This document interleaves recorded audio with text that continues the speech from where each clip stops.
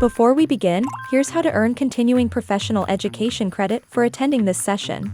Gain valuable insights by attending the podcast, then complete the assessment test to download your certificate. To do this, follow these simple steps. Click on the link in your description to access the session. Create a free account and attend the podcast. After the podcast, take the assessment test and download your certificate. It's easy, and it's free. We highly recommend checking out our subscription.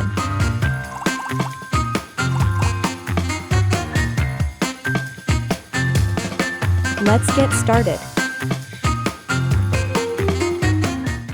With your practice and with this beautiful mix of technology and everything, your clients, I'm sure, like the client relationships that you have with your clients, I mean, they are really great. And client relationships are, at the heart of any successful practice. Yes. But how does proactive tax planning help deepen that relationship between the accountants and their clients? Well, I mean, we all throw around that term trusted advisor, but what does that really mean? Or at the end of the day, like, how is someone really a trusted advisor? Well, it's when they're proactively going out of their way to do better for you. And advisory services in general are always proactive, which is a great start to that. Tax advisory, like I said, is the easiest return on investment you can find. And it's like people's least favorite thing to do. And so that is truly the definition of being a trusted advisor, is when you're going the extra mile, you're passionate about what you're doing, the client knows they can always rely on you, and that you're not just going to reactively file some paperwork and shuffle some stuff around. You are going to ask those questions. You're going to go find that extra advisor they might need. You're going to go work with their financial advisor. You're going to ask them what their estate plan is like, even though they really don't want to talk about that. Yeah. No one wants to create an estate plan, but No. you can't just skirt the issue. You're their trusted advisor. You have to quarterback all of these things and make sure that the client's happy, that these other advisors are happy, and that we're doing the best that we possibly can for that client.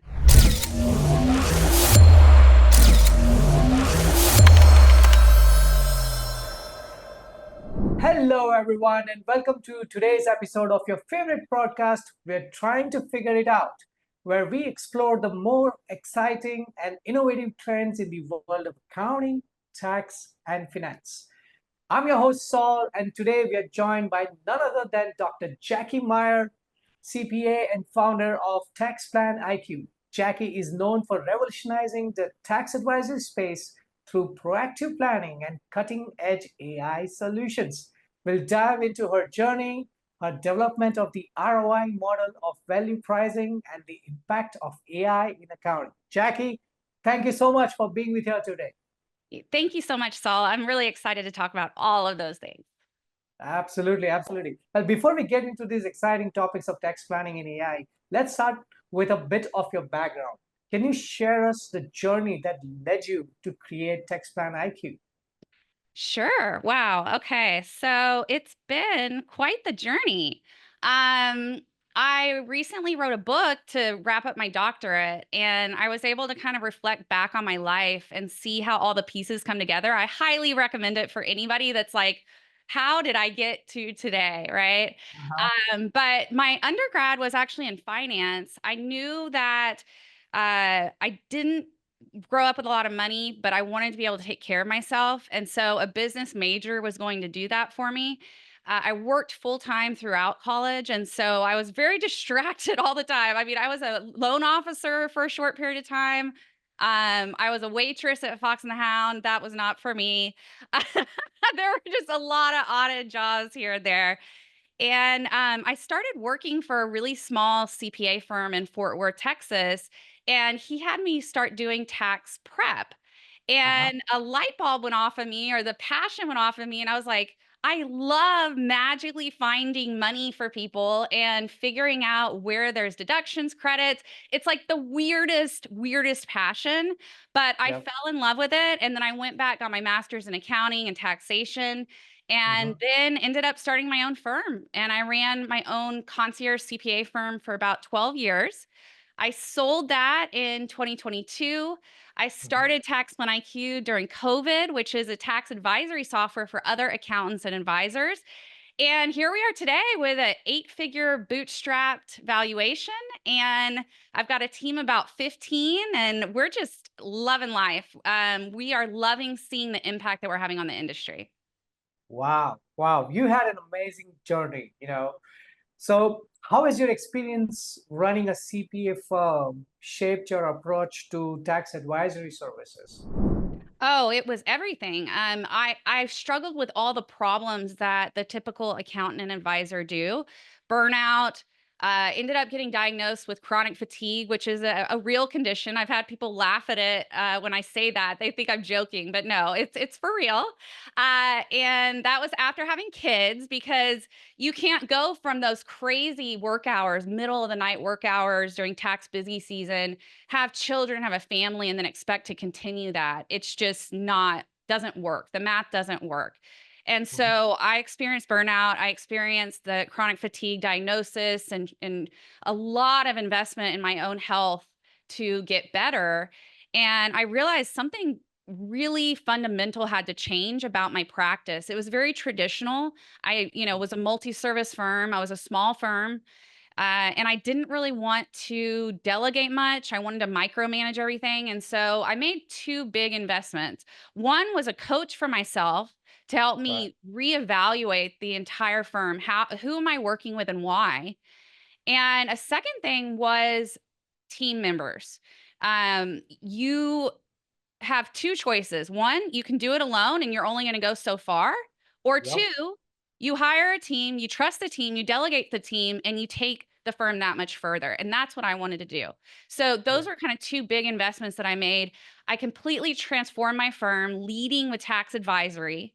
We wouldn't even take a client that we couldn't find 200% plus return on investment in their financial gains, but also the intangibles. You know, Mhm. just bringing that peace of mind, having unlimited access to us. There's all these different things that you can really bring a competitive advantage to the table. And so it transformed my firm, it transformed my life. And that's why I created TaxPlan IQ, was to really take things next level for other accountants to do the same, because it was a lifesaver for me. Yeah, no, absolutely, absolutely. And you talk about tax planning. So let's dive into those one of those key areas, proactive tax planning. Yeah. It's often said that tax planning shouldn't be left until the last minute. So why do you believe proactive tax planning is such a high value service for accountants? Oh my goodness. It is the fastest, easiest ROI that you'll ever get for a client. You can Hmm. look at their last file 1040. You can actually determine 90% of business and personal strategies from that prior year return. And then be a detective, ask a few questions, pop it down on a piece of paper or software, right? And show like instant $20,000 tax savings year one. Year two forward, you're repeating that savings over and over again. And that's an average for a very small business owner. High net worth, larger businesses, you can get up into the hundreds of thousands of instantaneous savings. Yep. And it's so freaking complicated. Tax advisory is so overwhelming for people. That's another Okay. thing I love about it, is that like you hear taxes and you want to run the other way or stick your head in the sand. And I'm Yeah. like, I'm going to confront you, tax advisory. I'm going to learn it. If I don't know the answer, I'm going to find it. And it's just been so fun being like a lifelong learner. It's learning is like my favorite hobby. And so Hmm. I like to just tackle those things head on, find the savings, and then value price those results for the client so that it's win-win for everybody. Well, that's splendid.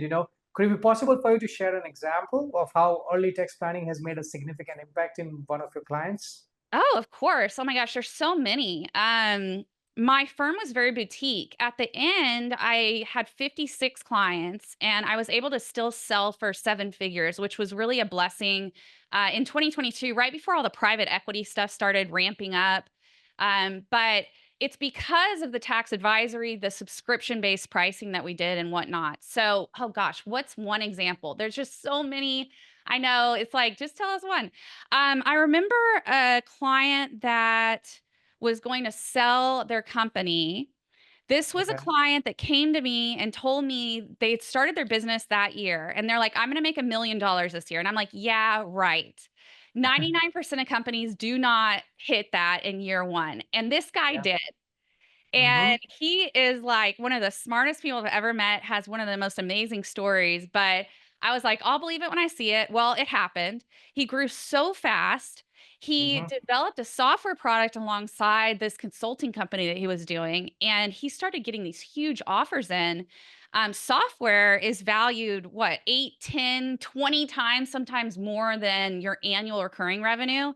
Yep. Unlike CPA firms, unfortunately, which are maybe going to get you like 1.5 to 2 times ARR Yep. uh, at its most. And Yeah. so he had this amazing offer come in, and he's like, "Wait a minute, I'm going to give 10% charity, of course. I need to make sure that this is maximized for my family." And Yep. so, based on the timing where he told me early enough on in that transaction, before like a letter of intent was offered and whatnot, we were able to transfer those shares into a charitable trust. We were able to donate a ton to charity and then set his family up for success. It saved him, I believe, about $4.5 million just from putting a few hours of strategic thought together about how we wanted this transaction to come together and what we wanted to do with that money at the end of the day. And I Wow. quarterbacked that. I was really proud because I quarterbacked that transaction between me, his financial advisor, who happens to be a really good friend of mine. Mm-hmm. After the fact, we became besties. We realized our sons were in the same class in school, and we didn't even know that, but that's a different Wow. story. And an estate planner, the charitable fund that he really wanted to make sure and donate to. And so we all had these like big powwows of how we were going to like impact these causes and really impact his legacy. And it was just a lot of fun. Wow. That's really interesting. We all love it when a plan comes together, right? Oh, yes, So, for sure. Yeah. Sometimes it doesn't. But, when the stars align, no, it's not the stars aligning. It's strategic thought and meetings and proactive planning. And that's how it all comes together. no, absolutely, absolutely. There is a shift. There is a paradigm shift that has happened. There was a time when it comes to taxes, at the end of the year, the infamous shoebox full of receipts comes Yeah. across, and then you're doing those tax returns, and then you're done. After the end of the year, right? You don't even think After about the it till next year. Now, here's the big misnomer with tax advisory is that Yeah. you have to do it in December. And Mm-hmm. I am like, please, no, let's not just take all of our holiday season away from us. Yeah. So let's start a little earlier. Even when you're prepping that tax return from the prior year, you can start planning for the existing tax year. My Yep. clients always knew exactly what to expect with their tax liability. Every Yeah. quarter, we would adjust, say, okay, expect to pay 100K next April. Or, oh, okay, I think doing this strategy, we'll be able to reduce that to 40K.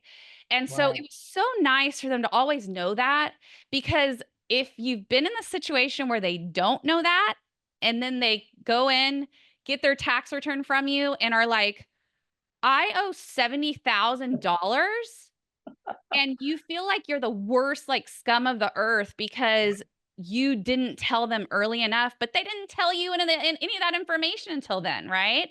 And so Yeah. Yeah. there's responsibility on both sides, but just ask. Just ask earlier, value price that work that you can bring to the table, and everyone is so much happier for it. We started doing net promoter scores, NPS scores at my firm, probably Wow. way too many years late. We don't think about this stuff early on. But Yeah. once we did, I was scared to do it because I was scared what my clients really thought of us. And I did it right when we started transitioning to leading with tax advisory. And then, Mhm. every year after that. And consistently, the NPS scores went up and up and up. Um, Wow. as people were paying us more and more and more, because I mean, I started charging $150 for a 1040 tax return. I ended an average of $15,000 to $20,000 that a client was paying us annually, plus implementation fee that we would charge that tended to be more than that just to get the strategies going for them.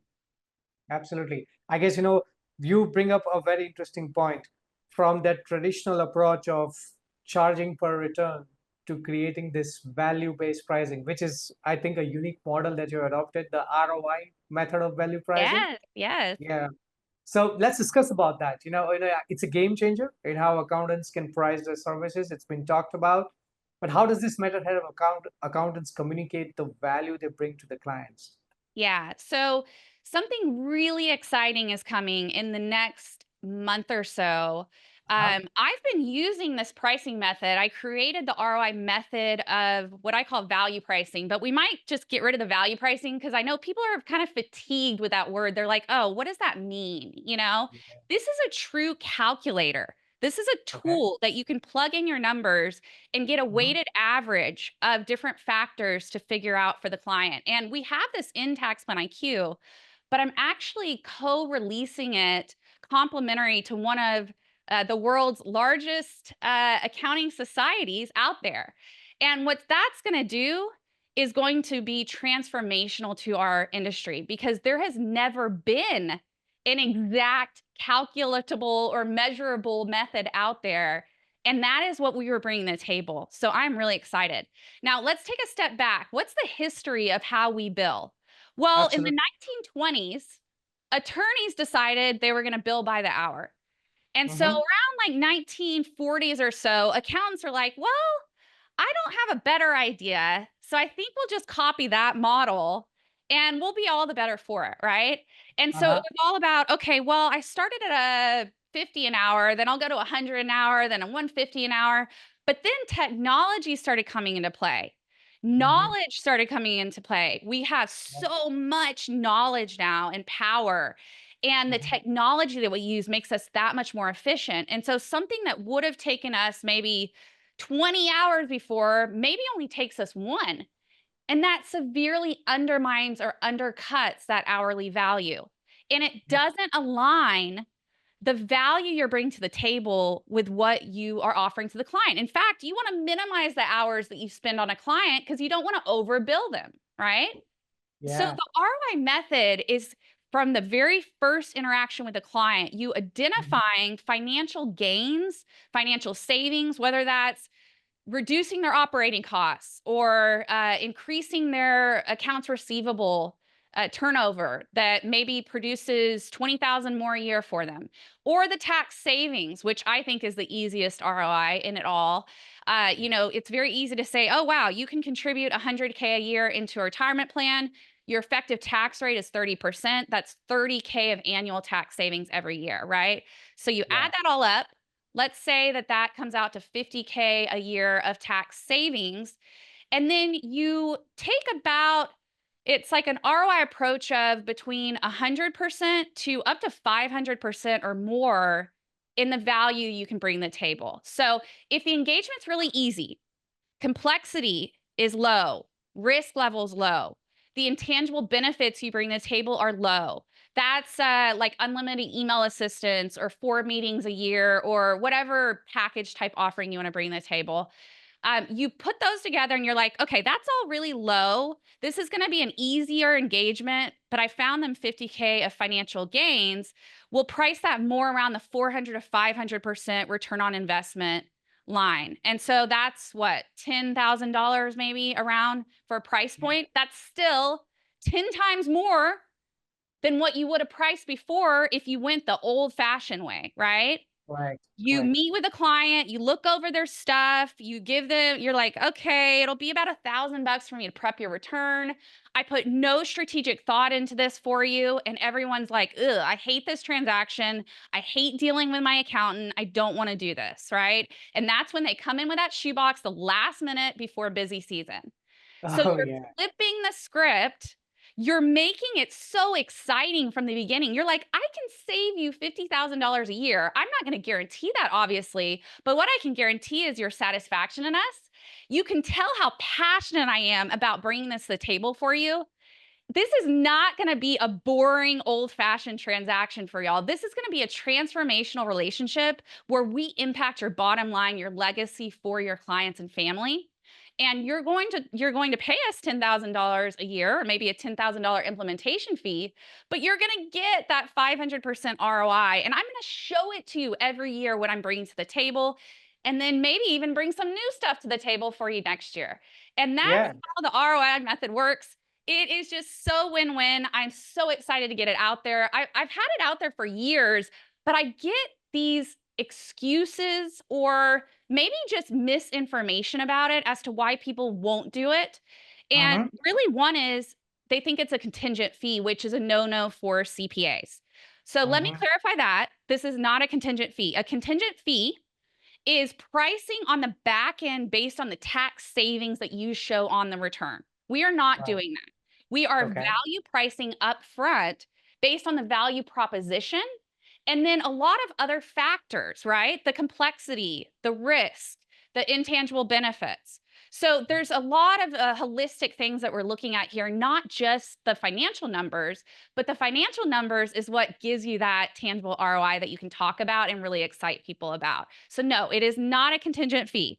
And percentage of savings, there's a component with a weighted average of percentage, but that is completely ethical to do a percentage or weighted averages rating. It's when it goes into that contingent fee around tax savings on the back end that it becomes a problem. And so we're steering way clear of that. The AICPA just had a town hall this last week.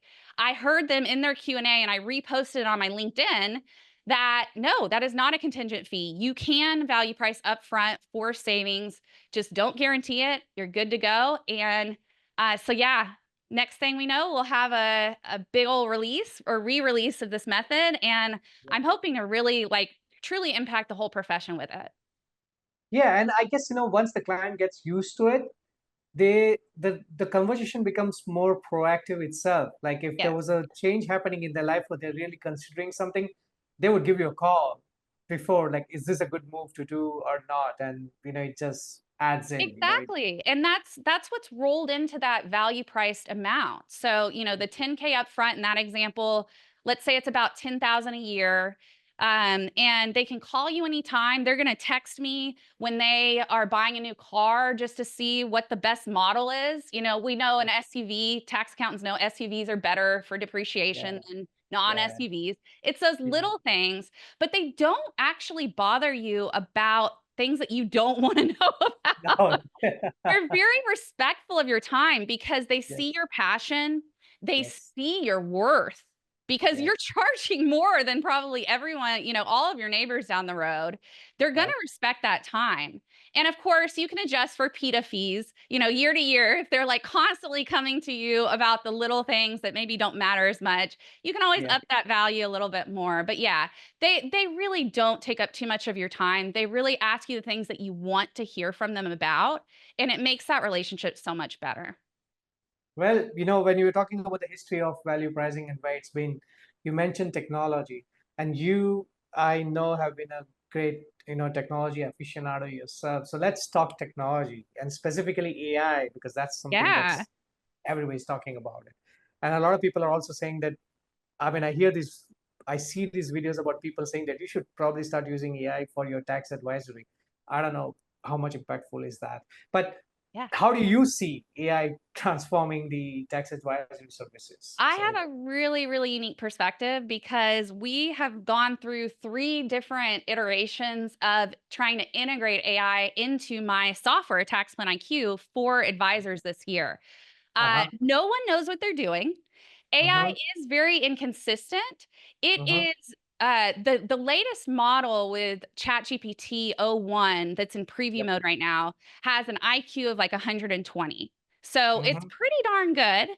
And it's getting better and better. And so my perspective is we work with it to maximize its strengths and our strengths as human beings.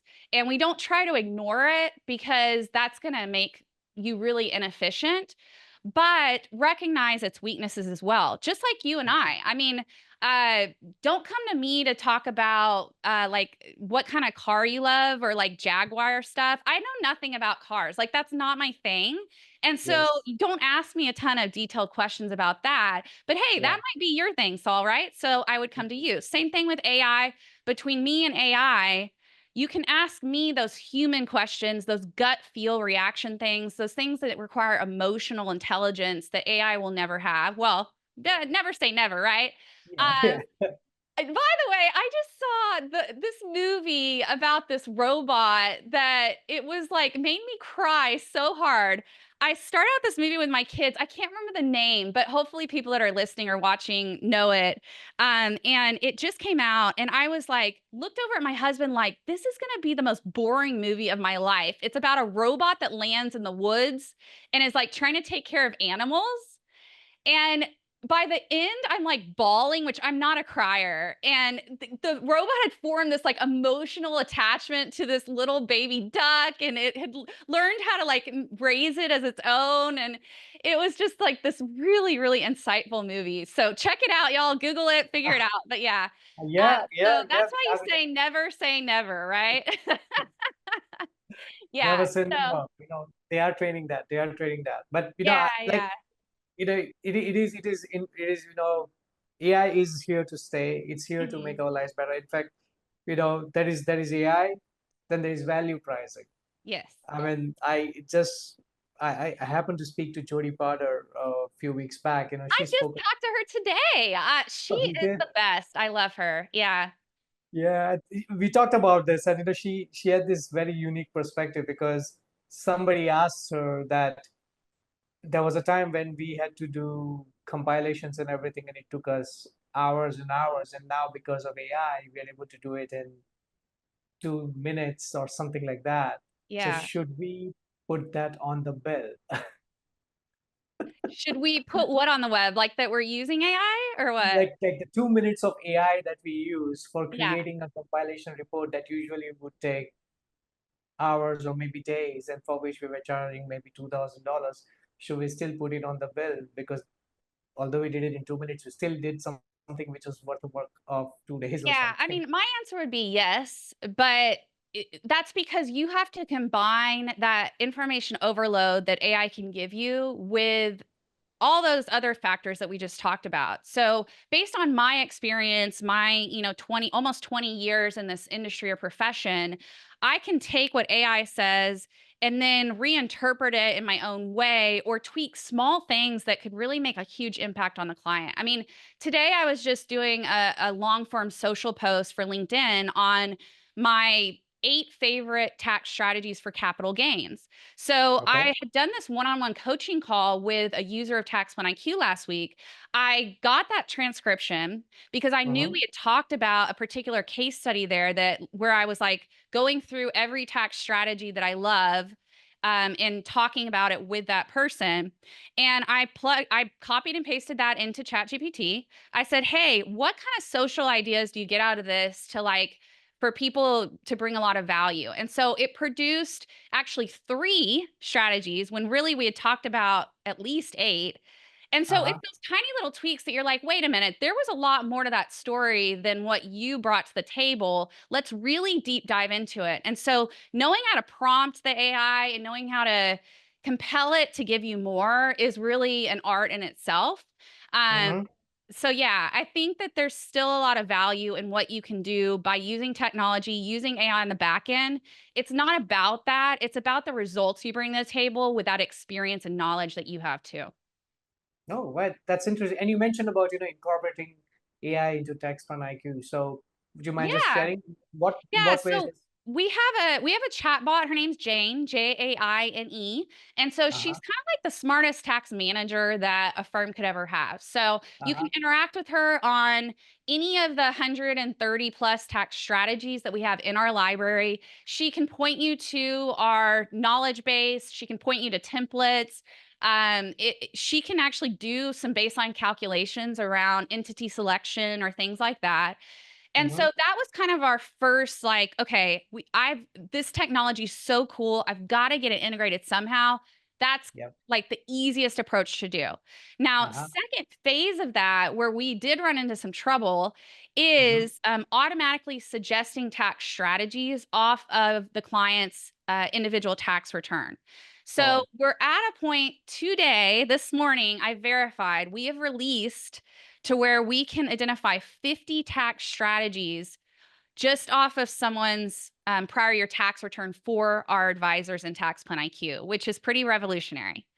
wow. Yeah. So, but it takes a lot more than just throwing the 1040 at ChatGPT and being like, tell me some ideas. There's Yeah. like so many steps in there that you have to go through and so many iterations. So first, you have to be able to read the fields on the return. So there's OCR text extraction technology, which has nothing to do with AI. Yep.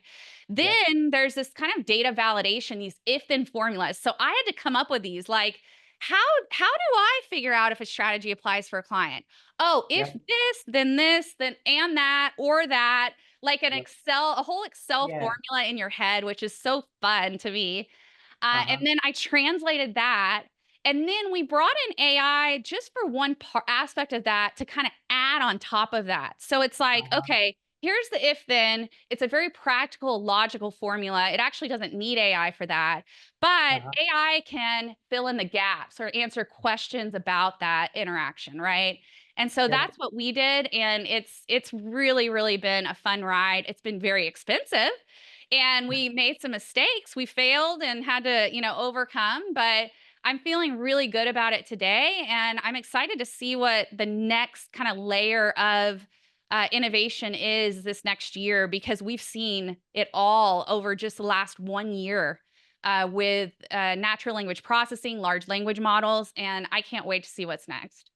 Yeah, absolutely. Like me neither. I mean, like there's a lot in store for us, and they're all just excited. Let's see how it goes. Now, with your practice and with this beautiful mix of technology and everything, your clients, I'm sure, like the client relationships that you have with your clients, I mean, they are really great. And client relationships are, at the heart of any successful practice. Yes. But how does proactive tax planning help deepen that relationship between the accountants and their clients? Well, I mean, we all throw around that term trusted advisor, but what does that really mean? Or at the end of the day, like, how is someone really a trusted advisor? Well, it's when they're proactively going out of their way to do better for you. And Mm-hmm. advisory services in general are always proactive, which Mm-hmm. is a great start to that. Tax advisory, like I said, is the easiest return on investment you can find. And it's like people's least favorite thing to do. And so that is truly the definition of being a trusted advisor is when you're going the extra mile, you're passionate about what you're doing, the client knows they can always rely on you, and that you're not just going to reactively file some paperwork and shuffle some stuff around. You are going to ask those questions. You're going to go find that extra advisor they might need. You're going to go work with their financial advisor. You're going to ask them what their estate plan is like, even though they really don't want to talk about that. Yeah. No one wants to create No, an estate plan, but no. you can't just skirt the issue. You're their trusted advisor. You have to quarterback all of these things and make sure that the client's happy, that these other advisors are happy, and that we're doing the best that we possibly can for that client. No, absolutely. In fact, tax, the word itself, it's so fearful. Anybody hears the word tax and there's a fear. Yeah. It's intimidating for a lot of people today, even today. Like if somebody were to talk about, if you were to talk to anybody, okay, let's talk about your taxes. They're like, you know, but I guess, with your approach and the way you become that trusted advisor, you help the clients overcome that fear of taxes. And I guess that helps to build that trust with that proper tax planning and everything, right? Exactly. Yeah. I mean, this is my philosophy with tax strategies. There's so much gray area. There's very black and white things, and then there's a lot of gray area. And Mm-hmm. so all I can do is know what I know, which is the fact that, oh, this happened, that I can associate that with probably 6 or 7 strategies that might apply. Mm-hmm. I can bring those to my client. I can tell the client how aggressive or conservative that strategy is in the grand scheme of things based on my experience level or what I'm seeing in my community. I have, by the way, an accounting community on Facebook called Accounting Firm Influencers. We have about Okay. 8,000 of us that talk about this stuff all the time. So you know exactly what's going on and stay up to date. But yeah, and so let's see. I got a little off track there, but No, um, that's okay. yeah, what was the initial question? But well, I was just go. I mean, like I was just like getting your take on it because I was just saying that with your relationship building, it's I think the Oh, way yeah, that you fear. Yeah. yeah the And so, fear yeah, I present the information to the client. They decide based on best case scenario and worst case scenario, which you can estimate pretty easily for the client. They decide what risks they want to take on that. They decide yeah if they want to get 10 IRS notices, even if it's a really conservative strategy, but you know that you're going to end up getting a bunch of notices for some reason, then, you need to tell the client that and have them make that decision. And so, yeah, you're helping absorb that fear by bringing that experience to the table and assuring them that you've got their back. yeah absolutely absolutely. And you mentioned about your Facebook group wherein you got this beautiful community and you're always talking about what's happening in the industry. So if I could just tickle a little bit about that, what do you see the changes? What do you foresee the changes are going to be happening in the tax advisory landscape over the next 5 years? Well, I think that compliance work will be taken over quite a bit by technology. Okay. At the end of the day, that's exactly what we did with tax advisory. And some people would say, oh, well, advisory is even harder to do than compliance work. I mean, it's reading a W 2 line item and telling it where to route it in a tax prep software, which a lot of softwares already do. Maybe Yeah. not perfectly, but it's getting better and better every single day. And so Mm-hmm. you have to think about, well, where does that leave me? Mm-hmm. Most of us don't love inputting numbers into a tax return. Like, that's not what we love about what we do. We love Yeah. helping people. And this is like our weird way of helping people is through the numbers, right? Yes. And so you have to think about, where will I continue to add value in the next decade, right? If those numbers seem to import directly into the tax returns or the audit process gets completely standardized, where can I really continue to add that value? And it's through that advisory relationship. And so advisory is the way to go. I think there's going to be a merge or blending more between financial advisors and accountants. I think that our CFPs, CPAs, EAs are not going to matter quite as much in that advisory space. And I'm kind of excited about that. I mean, I am a CPA. I'm so proud of my designation. I'm proud of all the hard work I put into it.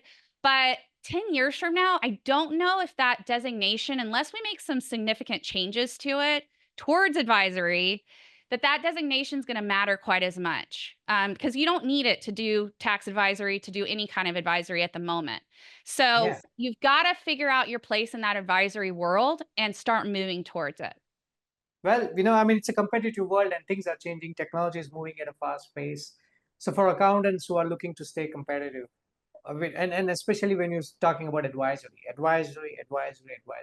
Yeah. But you can't just become an advisor, right? I mean, you need to have some skills that you need to focus on developing if you want to get into it. And with the way industry is going, what do you think? What skills should accountants be focusing on developing as this industry evolves and they want to remain competitive? Well, I think if you just take a step back and think, how have I most helped clients in like tangible ways in the past? Uh-huh. Was it through an amazing tax strategy that I found? Like, and how did you feel about that, right? Like, what really jazzes you up about what you do? And how do you turn that into tangible results? And Mhm. most accountants can probably think of one or two examples where they worked with a client and they felt like they were on this high the whole time. The client was so happy with their work. They felt like they really belonged there. They really helped. They really like brought their purpose to the table. And so that's where you start. And then you're like, okay, how do I make that into a specific service offering and make it Uh-huh. repeatable? Right. Mhm.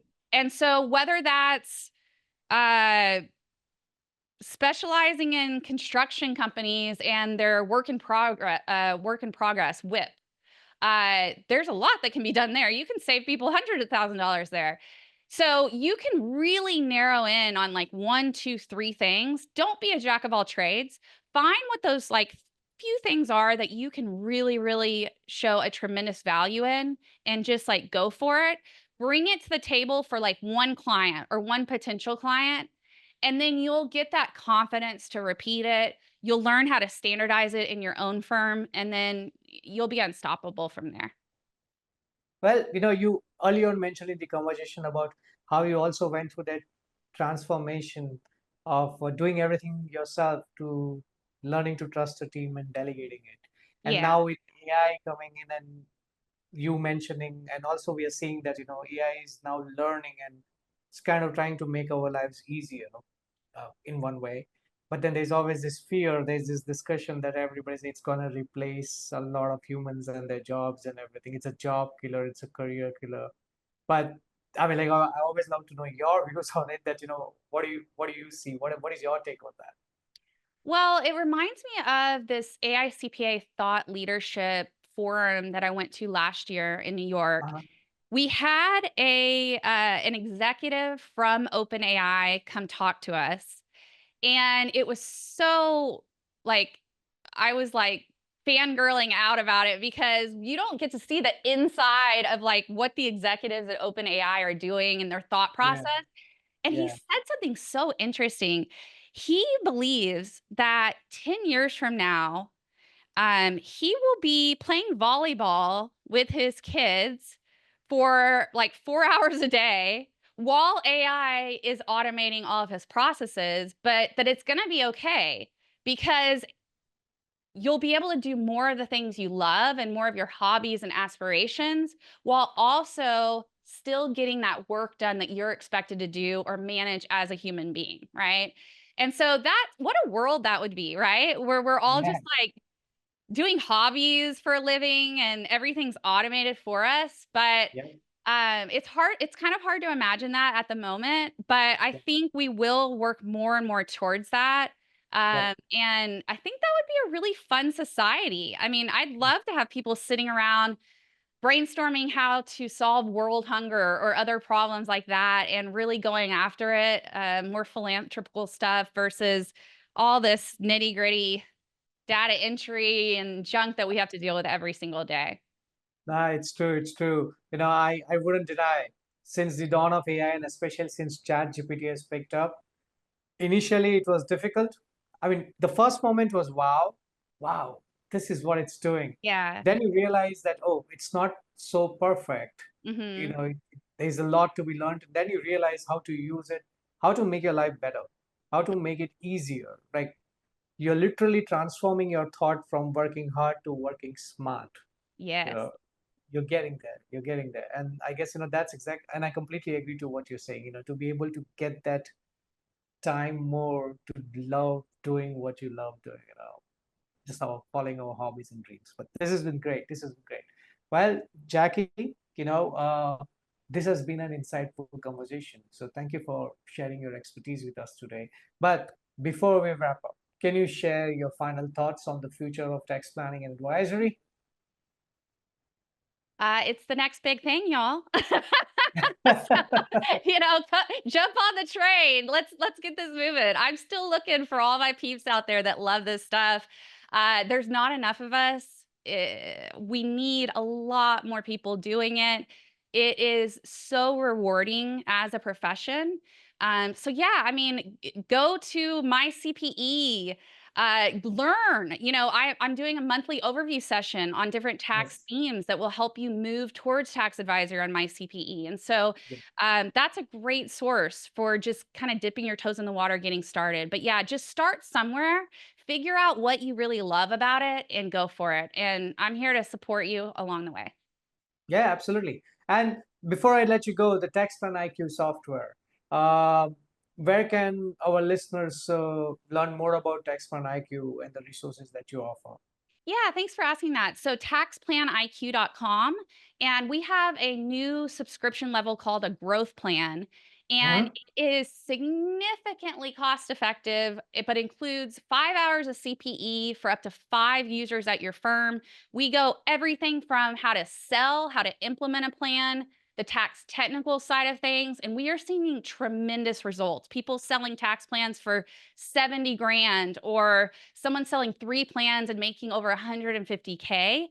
And guess what? Their clients are really, really happy about that, paying all that extra money too. So, yes, join us, join the revolution. It's a lot of fun.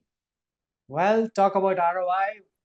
You heard it first on my CPs. We're trying to figure it out. Okay. Yeah. So thank you so much, Jackie, for Thank joining us you. today. And to our listeners, thank you for tuning in to another episode of We're Trying to Figure Out. Until next time, keep innovating in everything you do. Cheers.